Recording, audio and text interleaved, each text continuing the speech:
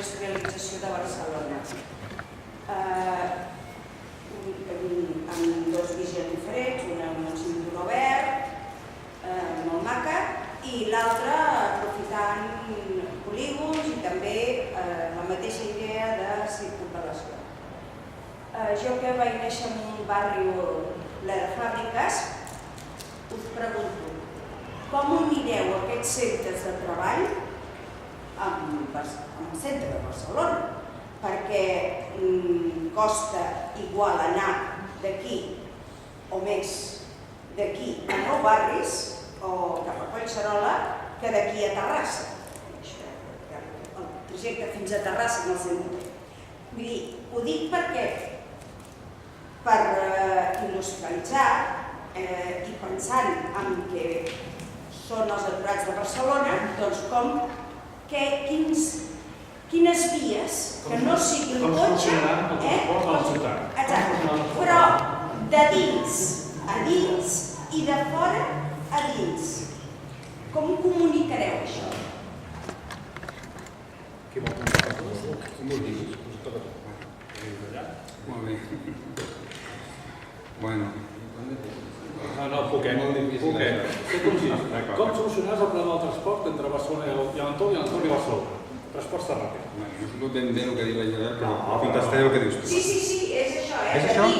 Val, perfecte. Doncs és una proposta... Sí, el problema de la mobilitat a Barcelona és, com acabeu de preguntar, tots dos, amb el mateix significat de pregunta, és les entrades i sortides de Barcelona.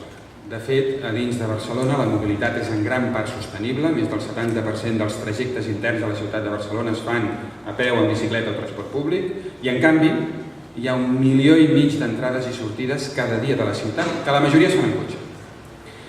El problema d'això és la dispersió en la planificació territorial que als 23 anys de govern de Convergència i Unió va fer que no es planifiqués el territori. Es creixés d'una forma molt horitzontal i per tant amb poca densitat i per tant amb poca rendibilitat del transport públic i per tant amb molt ús del cotxe.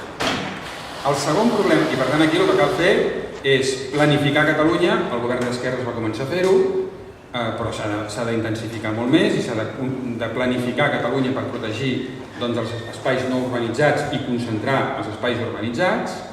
I després hi ha un tema d'inversió de l'Estat, és a dir, aquí es va pactar un traspàs de Rodalies que comportava una inversió de 4.000 milions d'euros que no s'ha fet.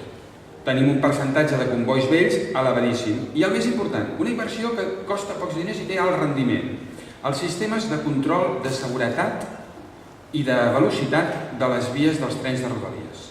Si tinguéssim el sistema que sí té Madrid i que hem demanat una vila de vegades al Parlament de Catalunya que tinguem, el sistema de control que té Madrid, que es diu RMTS2, el nom és igual, podríem densificar molt més el trànsit de Rodalies i sense fer noves vies, noves catenàries, només utilitzant freqüències de pas més alts, donaríem molta més capacitat a Rodalies, que és la resposta del dins-fora més important que hi ha. Hi ha més coses a fer, però la més important és Rodalies. Jo diria que aquesta és una de les assignatures pendents que ens han quedat de la Barcelona Olímpica. La Barcelona Olímpica que tots hem viscut, que ens ha deixat una herència important, que, com sempre, com el Pla Cerdà, de fet, i el Garpac, tots els que han pensat Barcelona, que són molt, sempre han volgut fer respirar Barcelona, que és molt densa, i eixamplar el centre, i arrodonir les puntes de la ciutat. Això és el que sempre s'ha intentat. I en bona part s'ha anat millorant, s'ha anat aconseguint, però els Jocs Olímpics, fixem-nos-hi, com arrodoneixen Barcelona amb les rondes, amb el vehicle privat. No ho fan amb el transport públic. Per això és tan important, penso, acabar la línia 9, perquè és, diguéssim, donar-li dimensió pública a aquell projecte que es va traduir molt en vies ràpides pels vehicles privats. Cal reforçar les xarxes ortogonals, que amb això Esquerra, l'Ajuntament de Barcelona, ho hem de dir ben clar, ja ha fet una feina puntera, que són aquestes xarxes de bus ràpids, horitzontals, verticals i també diagonals. L'Eix Besòs necessita un d'aquests busos, clarament, per exemple, i altres. Per tant, jo crec que aquí, bàsicament, el que hem de fer és completar la ciutat. I completar-la des de l'espai públic, sigui amb aquest cinturó verd, amb aquest cinturó productiu industrial, sigui amb la línia 9, amb els transports públics també. La dimensió pública de la ciutat és la que ara hem de reforçar més. Això és una pregunta també per tots.